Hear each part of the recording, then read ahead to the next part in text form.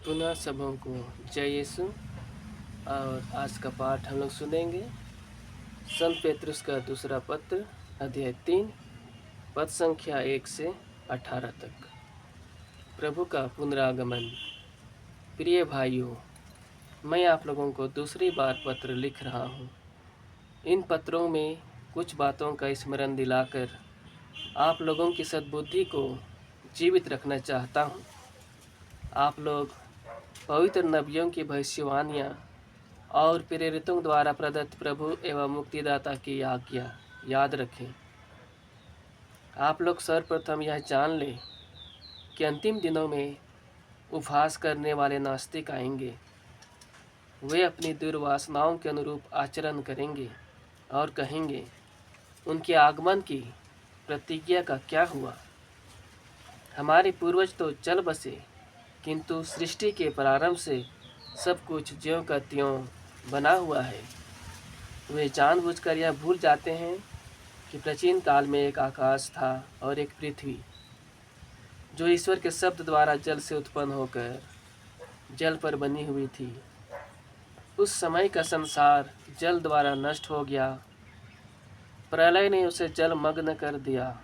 ईश्वर के शब्द ने वर्तमान आकाश और पृथ्वी को आग के लिए रख छोड़ा है।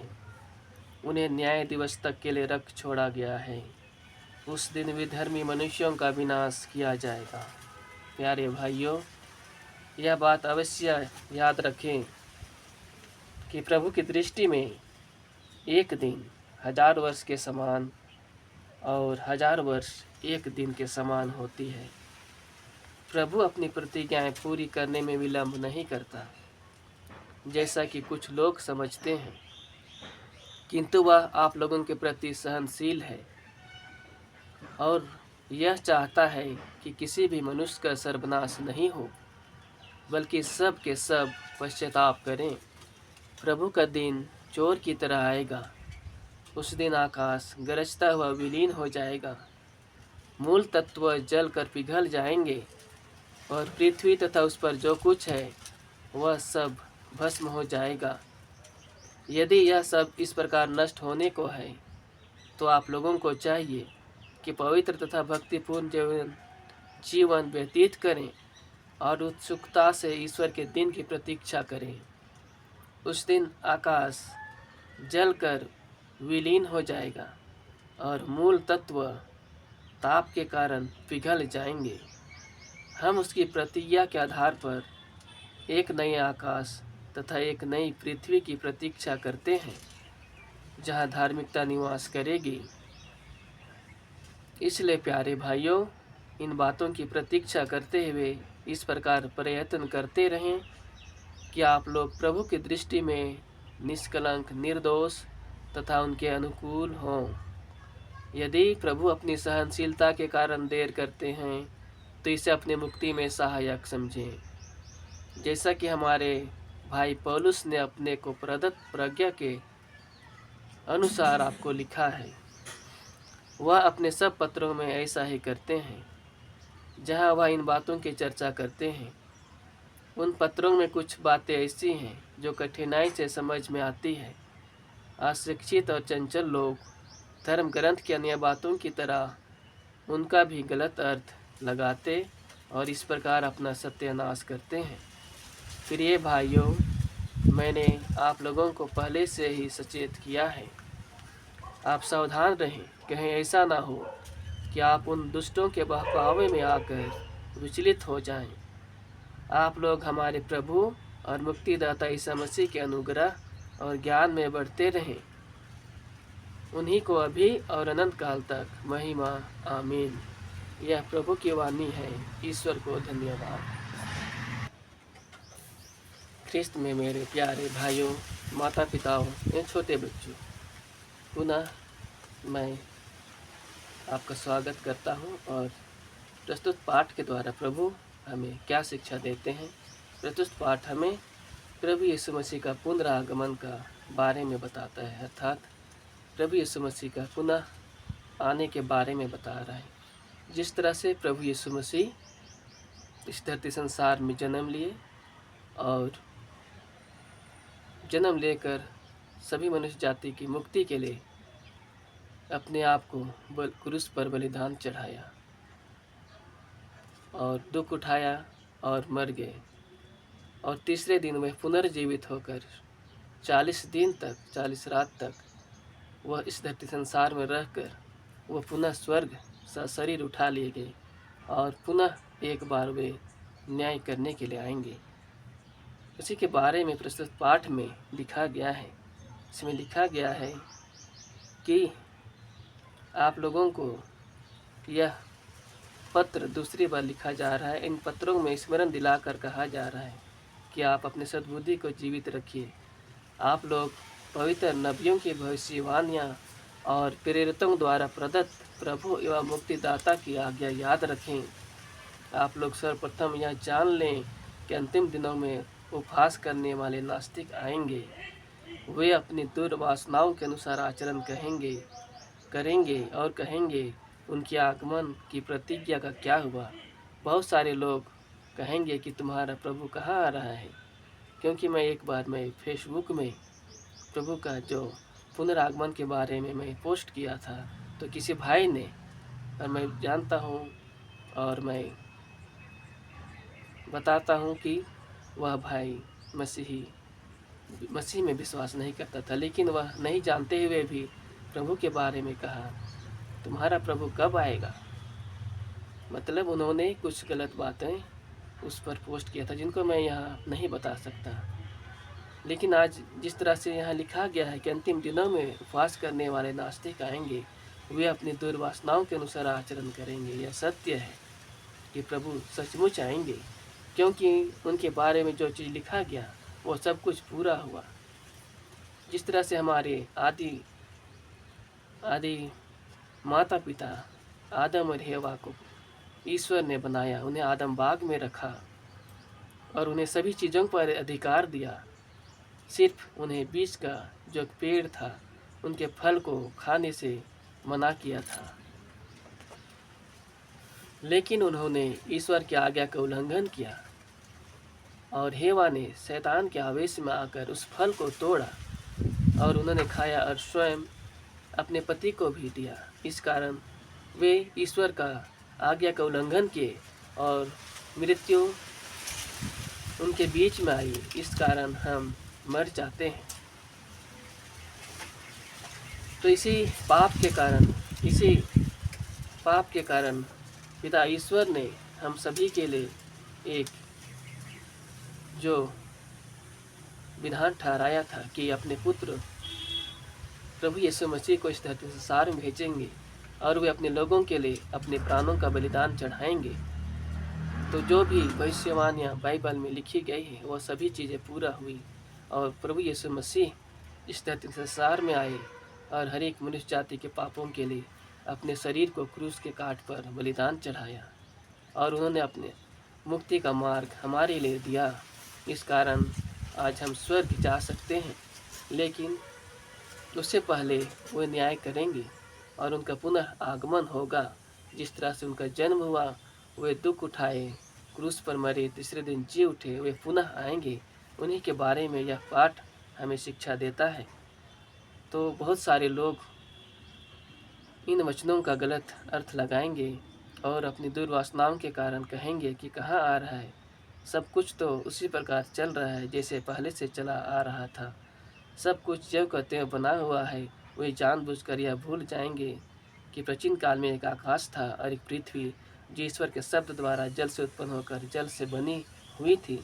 उस समय के संसार को ईश्वर ने जल से नष्ट किया, अर्थात नूह के समय में जो पापाचरण हुआ उस समय ईश्वर ने उस धरती संसार को जल से नष्ट कर दिया और सिर्फ नूह का परिवार और हर एक जानवरों के दो जोड़ियों को जो प्रभु ने नूह नाव में चढ़ाया था वही बच पाए। प्रभु ने उन्हें आशीर्वाद दिया, फलने फूलने का अधिकार दिया। लेकिन जो अभी का जो धरती संसार है, ईश्वर ने इसे आग के लिए रख छोड़ा है, अर्थात प्रभु ईश्वर उसे आग से नष्ट करेगा। उस दिन भी धर्मी मनुष्यों का विनाश किया जाएगा। इसलिए प्यारे भाइयों, हम ईश्वर के वचन पर विश्वास करें। क्योंकि यहाँ लिखा हुआ है, ईश्वर की दृष्टि में 1000 वर्ष एक दिन के समान होता है और एक दिन 1000 वर्ष के समान होता है। अर्थात उसके लिए सब दिन एक समान होता है। भले ही दैत्य संसार में नष्ट होने में 1000 वर्ष लगे, 500 वर्ष लगे, 2000 वर्ष लगे, एक दिन लगे, 100 दिन लगे, या फिर कल ही अंत हो जाए, लेकिन वह अंत होगा। उस वचन पर हमें विश्वास करना चाहिए। प्रभु ने अपनी प्रतिज्ञाएं पूरी करने में विलंब नहीं करता, जैसा कि कुछ लोग समझते हैं, किंतु वह आप लोगों के प्रति सहनशील है और यह चाहता है कि किसी भी मनुष्य का सर्वनाश नहीं हो, बल्कि सब के सब पश्चाताप करें और मुक्ति प्राप्त करें। अर्थात यदि दैत्य संसार का अब तक अंत नहीं हुआ है, तो हम ये न समझें कि ईश्वर अपने वचन पर अडिग नहीं है, बल्कि यह सत्य है कि इस दैत्य संसार का अंत होगा। और यह दिन कब आएगा? प्रभु क्या कहते हैं? प्रभु का दिन चोर की तरह आएगा। उस दिन आकाश गरजता हुआ विलीन हो जाएगा। मूल तत्व जो है पृथ्वी का, दैत्य संसार का, जल कर पिघल जाएगा और पृथ्वी तथा उस पर जो कुछ है वह सब भस्म हो जाएगा। यदि यह सब इस प्रकार नष्ट होने को है, तो आप लोगों को चाहिए कि पवित्र तथा भक्तिपूर्ण जीवन व्यतीत करें और उत्सुकता से ईश्वर के दिन की प्रतीक्षा करें। उस दिन आकाश है, आकाश जो जलकर विलीन हो जाएगा और जो मूल तत्व है पिघल जाएंगे। हम उसकी प्रतिज्ञा के आधार पर एक नए आकाश तथा एक नई पृथ्वी की प्रतीक्षा करते हैं, जहाँ धार्मिकता निवास करेगी। इसलिए प्यारे भाइयों, जागते हुए सावधान रहें। इन बातों की प्रतीक्षा करते हुए इस प्रकार प्रयत्न करते रहें कि आप लोग प्रभु की दृष्टि में निष्कलंक, निर्दोष तथा उसके अनुकूल हों। यदि प्रभु अपनी सहनशीलता के कारण देर करते हैं, तो इसे अपनी मुक्ति में सहायक समझें। हाँ मेरे प्यारे भाई बहनों, यदि प्रभु अब तक इस दैत्य संसार में पुनः आगमन उनका नहीं हुआ है, तो इसे हमें अपनी मुक्ति में सहायक समझना चाहिए। जैसा कि संत पौलुस अपनी प्रदत्त प्रतिज्ञा के अनुसार हमें लिखते हैं, वह अपने सब पत्रों में ऐसा ही करते हैं, जहाँ वह इन बातों की चर्चा करते हैं। उन पत्रों में कुछ बातें ऐसी हैं जो कठिनाई में समझ आती है। अशिक्षित और चंचल लोग धर्म ग्रंथ की अन्य बातों की तरह उनका भी गलत अर्थ लगाते हैं और इस प्रकार अपना सत्यानाश करते हैं। अर्थात धर्म ग्रंथ का जो भी लिखा गया है उन वचनों का गलत अर्थ लगाते हैं। इसलिए हमें किसी भी तरह से जो प्रभु का वचन है उसे तोड़ मड़ोड़ कर नहीं बताना चाहिए। यदि हम नहीं जानते तो हम पवित्र आत्मा से कृपा मांगे कि उन वचनों को हम समझ सकें, लेकिन हमें किसी को झूठा बात या मन गढ़ंत बातें नहीं बताना चाहिए। यदि हम सबसे किसी प्रकार की गलती हो जाता है तो प्रभु से हमें माफ़ी मांगना है कि प्रभु हमें माफ़ कर, हम आपके वचनों के प्रति पाप किया है, तो उन वचनों के लिए, उन गलतियों के लिए हम माफ़ी मांगते हैं। इसलिए प्यारे भाइयों, आप लोगों को पहले से सचेत किया गया है। आप सावधान रहें, कहीं ऐसा ना हो कि आप उन दुष्टों के बहकावे में आकर विचलित हो जाएं। अर्थात जो कुछ भी इस दैत्य संसार में अनेक लोग रहते हैं, अनेक लोग उस वचन का गलत अर्थ लगाते हैं, बहकाते हैं। ऐसे बहुत सारे मसीही विश्वासी हैं जो प्रभु के वचन को तोड़ मड़ोड़ कर, बहुत से समुदाय हैं जो प्रभु के वचन को तोड़ मड़ोड़ कर बताते हैं और बहुतों को भटका कर अपने ओर ले जाते हैं। प्रभु उन्हें सद्बुद्धि दे कि प्रभु वे आपके वचन को सही तरीके से व्याख्या करने पाएँ। आप लोग हमारे प्रभु और मुक्तिदाता यीशु मसीह के अनुग्रह और ज्ञान में बढ़ते जाएं। उन्हीं को अभी और अनंत काल तक महिमा, आमीन। 3 वचनों के अनुसार प्रभु हमें यही शिक्षा देते हैं कि प्रभु किस तरह से उनका पुनरागमन होगा और पुनरागमन से पहले किस तरह से घटनाएं घटेंगी और इस धरती संसार का किस तरह से नष्ट होगा। इसलिए प्यारे भाइयों एवं बहनों, जब सब कुछ इस तरह से नष्ट होने को है, तो हमें चाहिए कि हम पवित्र तथा निर्दोष जीवन व्यतीत करें। इसलिए हम पुनः आप सबों के लिए प्रार्थना करते हैं, हे मेरे खुदावन, हे मेरे प्रभु परमेश्वर, जितने भी लोग इस वीडियो को देख रहे, मेरे खुदावन दया कर, उन सभी पर दया कर, मेरे खुदावन दया कर। और आपकी दया हर एक मनुष्यों पर दे। जो भी लोग अब तक पाप में जीवन जीते थे, या इन वचनों को इस वचन को, आपकी प्रतिज्ञा को नहीं जानते थे प्रभु, उनके मन और आत्मा को कृपा दे, आशीर्वाद दे कि प्रभु आपके वचन पर वे विश्वास करें, उस सच्चे खुदावन को जानने पाएँ प्रभु, और आपका वचन पूरा हो। हाँ मेरे खुदावन, हर एक विशेष रूप से हर एक उस पाप में जीवन जीने वाले हर एक लोगों को प्रभु मैं समर्पित करता हूँ, जो विभिन्न प्रकार के पाप में, बुराई में, बंधन में पड़े हुए हैं। क्योंकि प्रभु लिखा हुआ है, जो पाप करता है वह पाप का दास है, और दास सदा घर पर नहीं रहता, लेकिन पुत्र सदा घर पर रहता है। हे मेरे परमेश्वर, जितने भी लोग विभिन्न प्रकार के पाप में, बुराई में, नशे पान के बंधन में, गलत रिश्ता, गलत संबंध के बंधन में, विभिन्न प्रकार के जादू टोना के बंधन में पड़े हुए हैं, हे मेरे खुदावन, हे मेरे प्रभु यीशु मसीह, मैं कृपा मांगता हूँ, आशीर्वाद मांगता हूँ कि प्रभु यीशु मसीह के सामर्थ्य नाम से, उस पवित्र नाम से, वह नाम जो इस धरती संसार में किसी को नहीं मिला, वह नाम जो सब पूरी दुनिया में महान है, उसी नाम से मैं मांगता हूँ मेरे परमेश्वर। जितने भी लोग पाप में, बुराई में, विभिन्न प्रकार के बंधन में पड़े हुए हैं मेरे खुदावन, उन सभी के बंधन को तू तोड़ और उन्हें आज़ाद कर। क्योंकि यदि लिखा हुआ है, यदि पुत्र तुम्हें स्वतंत्र करेगा तो तुम सचमुच स्वतंत्र हो जाओगे। हे मेरे परमेश्वर, स्वतंत्र करने वाला खुदावन प्रभु आप हैं। आपके अलावा और कोई भी किसी मनुष्य को स्वतंत्र नहीं कर सकता। मेरे परमेश्वर, मैं हर एक लोगों को जो विभिन्न प्रकार के बंधन में पड़े हुए हैं, पाप, बुराई, नशे पान, गलत रिश्ता, गलत संबंध के बंधन में, या किसी भी बंधन में, ऋण कर्ज के बंधन में पड़े हुए हर एक लोगों को प्रभु मैं समर्पित करता हूँ कि प्रभु यीशु मसीह के नाम से हर एक लोग जो बंधन में पड़े हुए उन्हें छुटकारा मिल सके। यह प्रार्थना में उस पवित्र नाम से, उस महान नाम से मैं मांगता हूँ। प्रभु यीशु मसीह के नाम से मैं यह प्रार्थना मैं मांगता हूँ, आमीन।